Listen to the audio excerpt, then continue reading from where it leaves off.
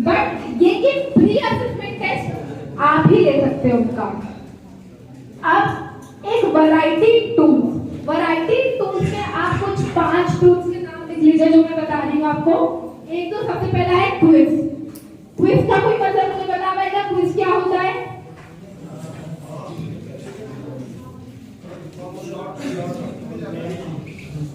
बस वही आपको करना है क्लास में।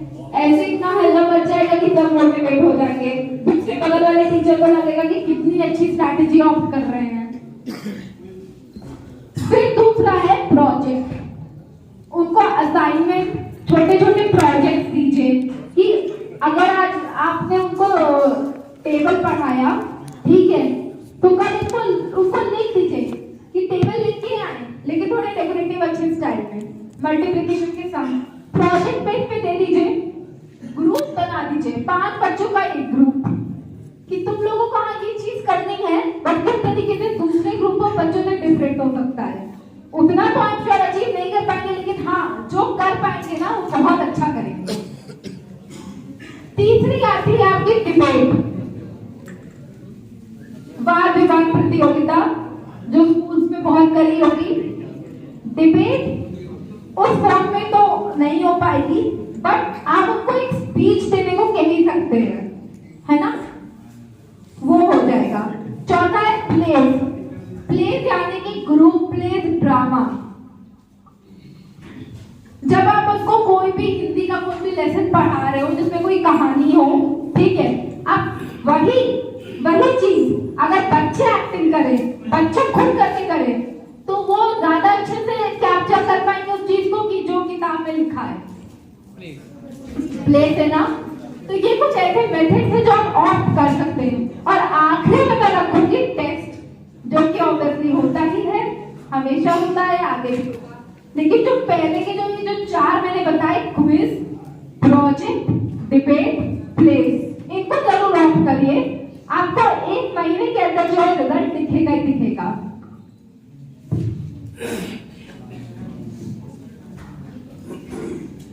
फिर आ गया हमारा collection and analysation of assessment data. Collecting और असेसमेंट डेटा में, कलेक्टिंग और एनालाइजिंग में, यहाँ पे इसका मतलब ये है कि बीच में एक देखिए कलेक्टिंग पहले में क्लियर हो रहा है, एनालाइजिंग पहले में, बट बीच में आप क्या कर रहे हो उसको ऑर्गेनाइज। कलेक्टिंग में आप अलग अलग मेथड्स यूज करके, क्विज, चेकलिस्ट, ठीक है, प्ले, ड्रामा, टेस्ट करके आपने जो पढ़ाया उससे वो डेटा कलेक्ट कर रहे हो, ठीक है। आपने कलेक्ट कर लिया, फिर आपने उस डेटा को 2 ग्रुप में छाटा, एक जिनके पास सबसे ज्यादा आए, दूसरा जिनके कम आए, जिन्होंने अच्छा किया, जिन्होंने बेकार किया, ये तो कैटेगरी बनाई। ऑर्गेनाइज करने में आपने ये चीज जान ली कि यहाँ पे हमारे ड्रॉबैक्स थे एज टीचर।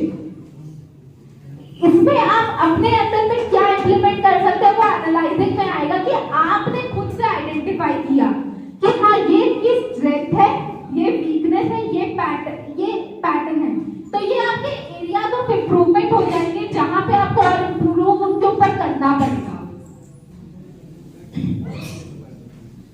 नेक्स्ट स्लाइड पे हम आते हैं using assessment to inform instruction.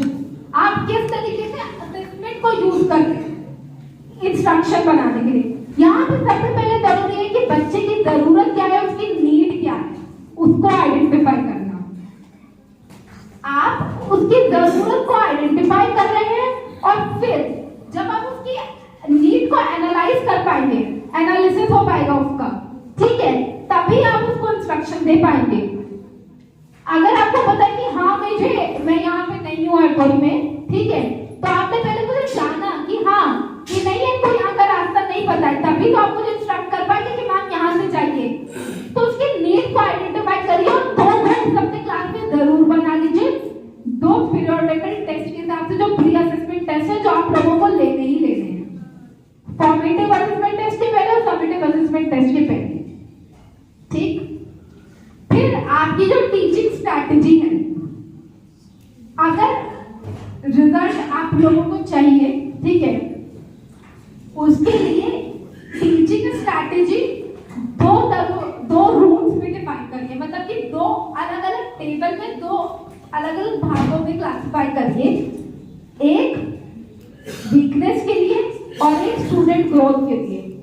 तो सब लोग चाहेंगे कि स्टूडेंट की ग्रोथ हो, वीकनेस का पार्ट तो हमारा खाली रह गया ना। वीकनेस को इस तरीके से मत रखिए कि एकदम मतलब वीक ही है। वीकनेस पे आप उन बच्चों को डाल सकते हैं, वो प्रोजेक्ट डाल सकते हैं जो और अच्छा इंप्रूव कर सकते हैं। इंप्रूवमेंट के चांसेस है लेकिन वो मोर बेटर। तो असेसमेंट रिजल्ट आपका ऑटोमेटिकली स्टूडेंट ग्रोथ की तरफ डाइवर्ट होगा। थर्ड चीज आ गई आपकी प्रोवाइडिंग टाइमली फीडबैक। आपने असेसमेंट ले लिया, आपने टेस्ट ले लिया, सैटरडे को आप उनको रिजल्ट कब देते हैं? आपने सैटरडे को टेस्ट लिया तो आप रिजल्ट कब देते हैं उनको? Same day. बहुत अच्छी चीज है। ओरली ज्यादा रहता है, रिटन फोकस कम रहता है क्योंकि रिटन टाइम टेकिंग। और अगर रिटर्न लेते हैं तो कब देते हैं? नहीं, ये तो उसी दिन है एक्चुअल में। रिटर्न जो है वो कम इसलिए लेते हैं कि वो टाइम टेकिंग ज्यादा है। हाँ, टाइम ओरली फटाफट पूछ लिया होता है। ओरली फटाफट पूछ लिया। इस समय हम लोगों के पास जो संदर्शिका दी गई हैं, हम लोग उसी के अकॉर्डिंग ज्यादातर चलते हैं। उसके अलावा उसमें होता ही है कि मैम मंडे से अगर हम लोग स्टार्ट करते हैं तो जो भी हम उनका वीकली पढ़ा रहे हैं उसका उसी संदर्शिका में वीकली असेसमेंट लास्ट में दिया हुआ है, तो वो तो हमें कराना ही, वो तो हम कराते हैं। करना है। उसके अलावा ओरली हम लोग कर लेते हैं। लेकिन टाइमली फीडबैक देना बहुत जरूरी है, जो कि होता है। लेकिन कोशिश करिए कि ओरल नहीं, थोड़ा बहुत रिटर्न भी दे दीजिए। रिटर्न अगर वो एकदम टेस्ट टाइप में ना हो तो आप एक कुछ प्रोजेक्ट वगैरह जो क्विज है, ठीक है, आप ओरल क्विज के फॉर्म में करिएगा, ग्रुप के फॉर्म में, ठीक है। पर्टिकुलरली अगर आप एक बच्चे को खड़ा के कर लेंगे तो कहीं ना कहीं वो डिमोटिवेट होगा। मैं भी होती थी, मैं मैथ्स की क्लास में हमेशा डिमोटिवेट होती थी जब मेरे सर मुझसे पूछते थे, मुझे अकेला खड़ा कर देते थे। लेकिन ग्रुप में होगा तो वो एक ग्रुप की अहमियत को भी जानेगा कि ग्रुप लर्निंग क्यों जरूरी है, ग्रुप वर्क, टीम वर्क क्यों जरूरी है, और टाइमली फीडबैक हो सके तो उस दिन नहीं तो उसके नेक्स्ट वर्किंग डे मंडे को दे दीजिए। मैम मुझे लगता है कि ग्रुप के साथ साथ कभी कभी जरूरत पड़ती है कि सिंगली भी करना जरूरी है। सिंगल तो आई गेस होता ही रहता है कि ओरल का मतलब और क्या हुआ? मैम होता क्या है ना, जैसे ग्रुप में कर रहे हैं तो ग्रुप में कभी कभी क्या होता है कि कुछ बच्चे बैठे ही रह गए, नहीं कर रहे हैं। सिंगली जरूरत ये पड़ती है कि जैसे कोई बच्चा बहुत अच्छा कर रहा है, हमने उसको कोई मैंने सेंटेंस एक लिख दिया बोर्ड पे और पढ़ने के लिए कहा, तो हम लोगों के माइंड में फोकस में रहता है कि अगर कोई बच्चा पढ़ रहा है तो उसके लिए इतना वॉकअप करा देते हैं कि जो बच्चा बैठा हुआ है, जो मतलब डर के नहीं उठना चाह रहा है, वो भी उठ के आने लगते हैं। वो क्या आपने बोला कि जो बच्चा बैठा चाह रहा है, मतलब मीन्स अगर कोई बच्चा बैठा है डर के मारे नहीं उठ रहा है या ग्रुप में नहीं बोल रहा है, अगर हम किसी एक बच्चे की तारीफ कर रहे हैं या उसको कुछ रिवार्ड में टॉफी वगैरह दे रहे हैं, तो वो कुछ बच्चे जो डर के लिए बैठे हुए नहीं उठ रहे हैं वो भी उठने लगते हैं। एक लीडरशिप या एक मतलब कॉन्फिडेंस उसमें इंडिविजुअल में पार्टिसिपेशन इज सेइंग कि 100% पार्टिसिपेशन तभी होगा जब आप इंडिविजुअल से जाएंगे। 100% पार्टिसिपेशन तो होगा ही होगा, लेकिन एक तरीके से जो टाइम वाला होता है ना, टाइम बाउंड्री, कहीं ना कहीं वो ग्रुप में मीट आउट हो जाएगी। और ग्रुप में क्विज करने का मतलब यहाँ पे एक इससे होगा कि आपने ग्रुप क्विज का मतलब यहाँ पे ये है कि लेवल ऑफ क्वेश्चंस जो है वो सिमिलर मत रखिएगा, ठीक है, वो अलग अलग रखिएगा, जिससे कि ग्रोथ जो हो, ठीक है, उन बच्चों की तो हो ही हो जो अच्छा कर रहे हैं, लेकिन उनके लिए आप जो इंडिविजुअल तौर पे कर रहे हैं तो वो एक ग्रुप फॉर्म में हो जाएगा। यहाँ पे इसका कहने का मतलब सिर्फ और सिर्फ आपके टाइम से, और बच्चों से भी पूछें कि टू वे फीडबैक लें कि टाइमली कंस्ट्रक्टिव, टाइमली तो आप लोग कर ही रहे हो, कंस्ट्रक्टिव जिसमें आप इनको बताएं कि डिस्क्रिप्टिव फॉर्म में कि हाँ तुमने ये अच्छा किया, और साथ ही साथ आप उनको गाइड करें और उनसे भी पूछें कि हाँ अगर इस तरीके से तुम्हें नहीं समझ में आया है तो हम और किस तरीके से तुम्हें बता पाएंगे। ये हमारी लास्ट स्लाइड है, हाँ ये वाली जो है इस प्रेजेंटेशन की लास्ट स्लाइड है, इंट्रोडक्शन टू असेसमेंट फ्रेमवर्क।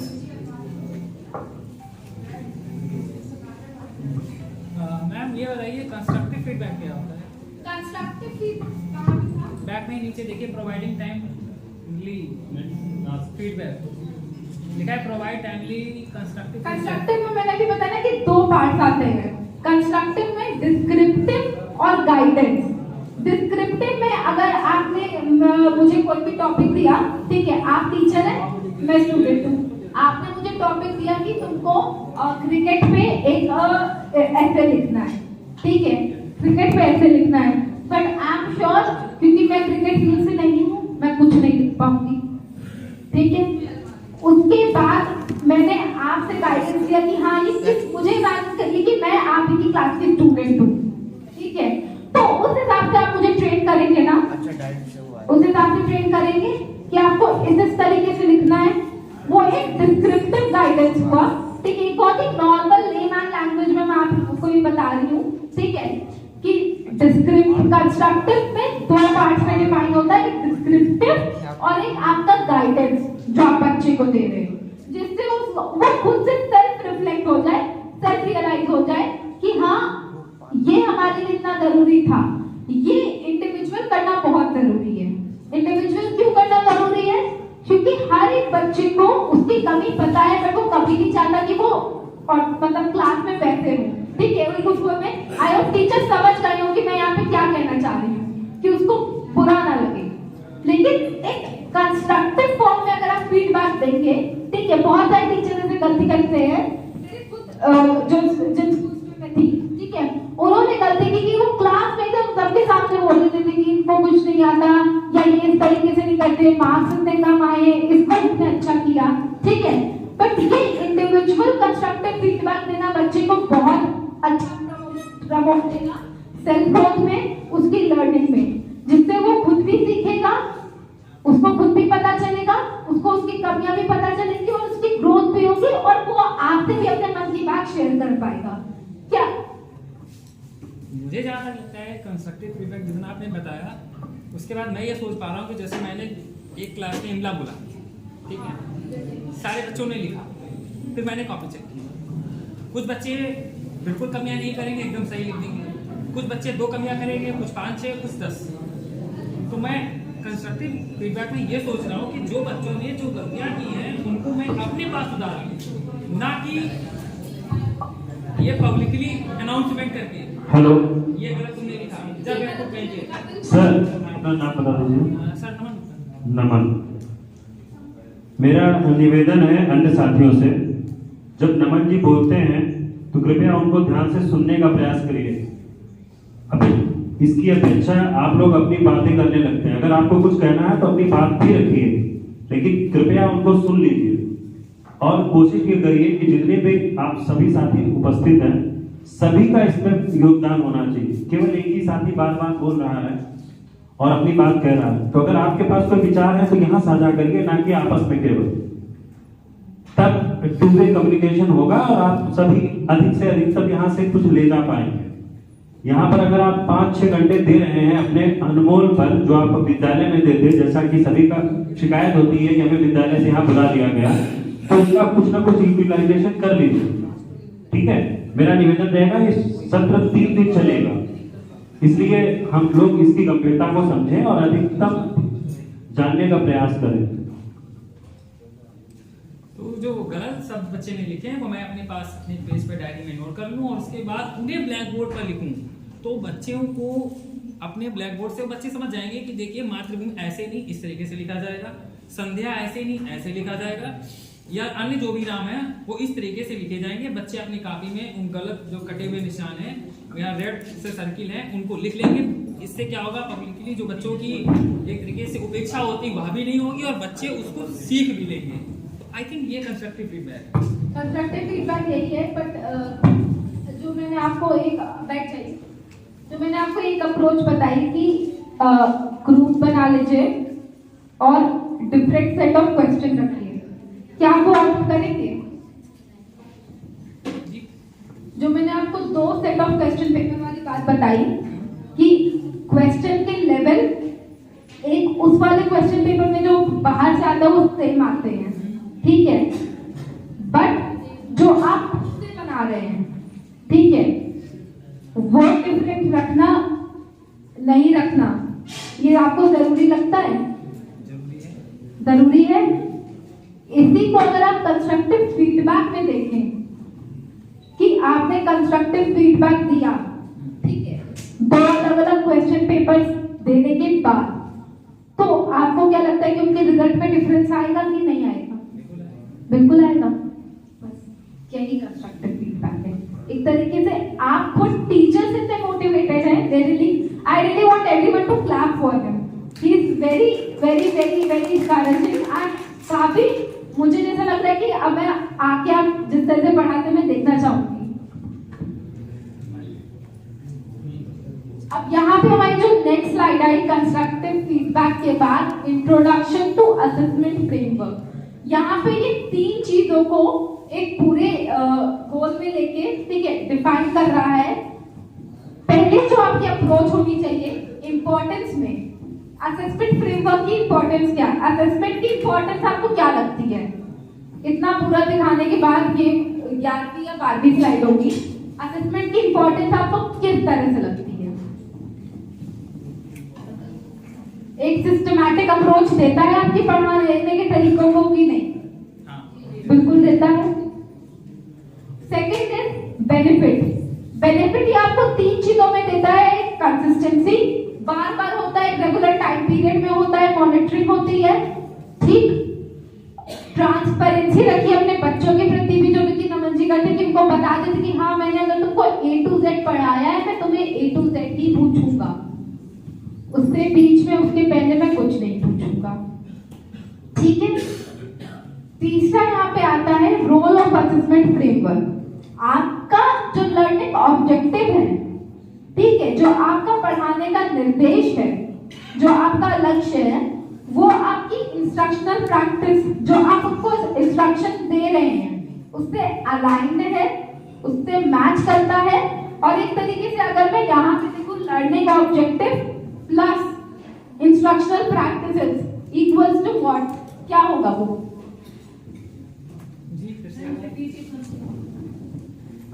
अगर मैं यहाँ पे लिखूं लर्निंग ऑब्जेक्टिव प्लस ऐड का सिंबल, और फिर यहाँ पे लिखूं मैं इंस्ट्रक्शनल प्रैक्टिसेस, फिर मैं इक्वल टू का साइन बना दूं, तो आपके दिमाग में वो क्या वर्ड होगा जो इक्वल टू के बाद आएगा? हाँ, और कुछ? गोल, और कुछ? Achievement of goal. हाँ, अचीवमेंट ऑफ गोल। और कोई वर्ड? Performance outcome. और कुछ?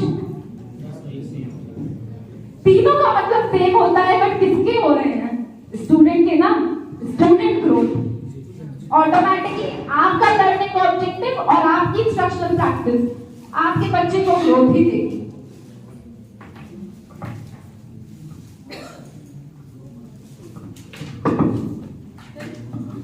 Thank you so much. ये हमारी जो फर्स्ट प्रेजेंटेशन है, ये यहीं पे एंड हो रही है।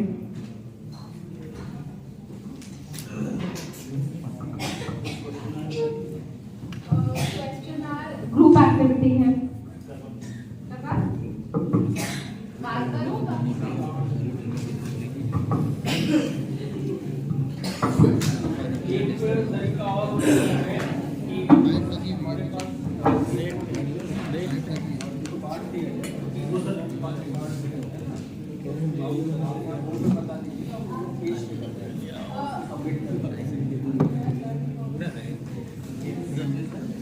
गर्दन टेढ़ी हो जाएगी, गर्दन टेढ़ी हो जाएगी। सेटिंग अरेंजमेंट चेंज कर दो, सीधी सीधी लाइन कर दो।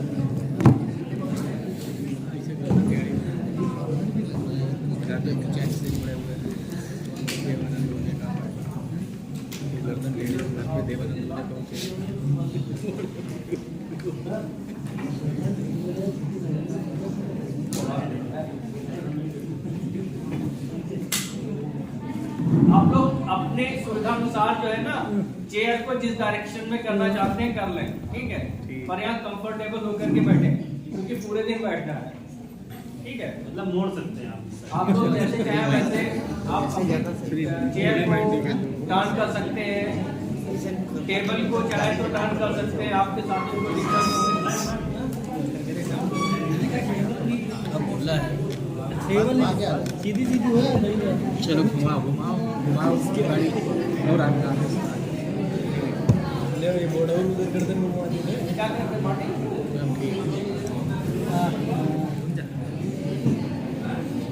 ठीक है तो साथ इंग्लिश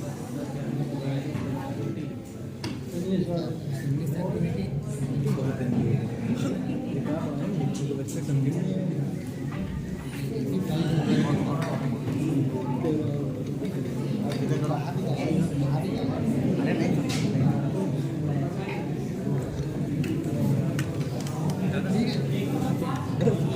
भैया भैया टैबलेट क्या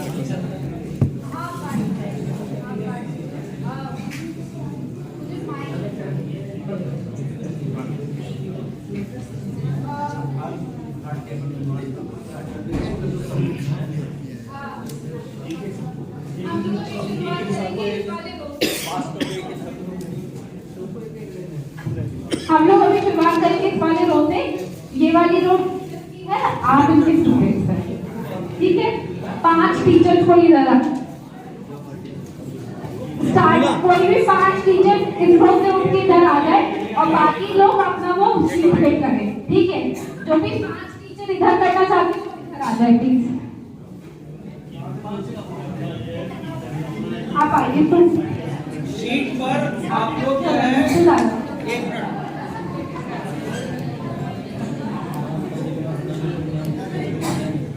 5 टीचर को ही रो से इधर आ जाए।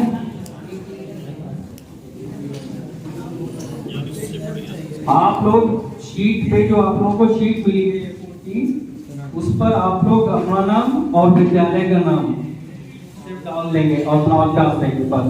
और जो भी आपको करना है वो आप उसको कलेक्ट की वहीं पे अपनी टेबल पर रखेंगे, फिर बाद में हम उसको कलेक्ट कर लेंगे। कम लोग हैं, मुझे 5 टीचर्स चाहिए, जो 5 टीचर्स आए हैं।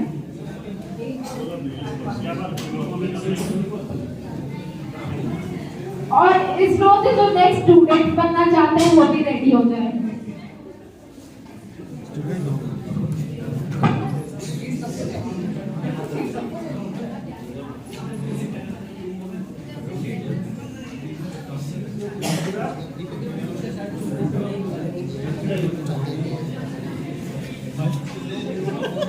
हो जाएगा पीछे कहाँ तक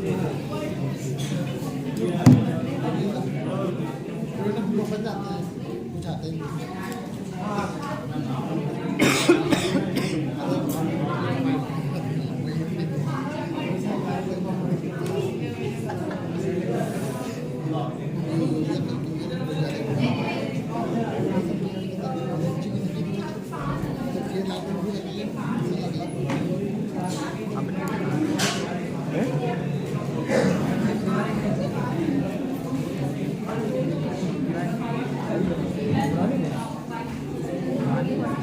अभी है